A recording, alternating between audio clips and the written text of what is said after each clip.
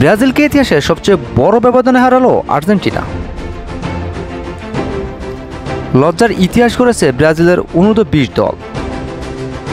দক্ষিণ আমেরিকার অনূর্ধ্ব-20 চ্যাম্পিয়নশিপে গতকাল আর্জেন্টিনার বিপক্ষে তারা হেরেছে 6-0 গোলের বড় ব্যবধানে। নিজেদের 71 বছরের ইতিহাসে এটাই সবচেয়ে বড় ব্যবধানে হার তাদের।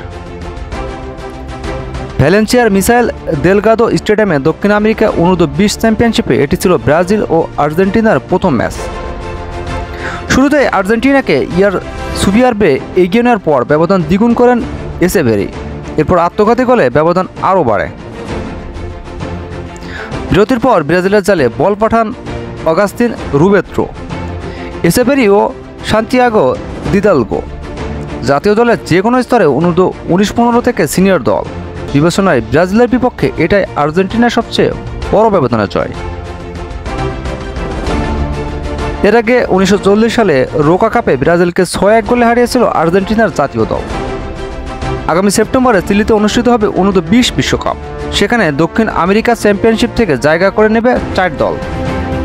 মোট 10টি দল এ ও বি গ্রুপে ভাগ হয়ে দক্ষিণ আমেরিকা চ্যাম্পিয়নশিপে লড়ছে।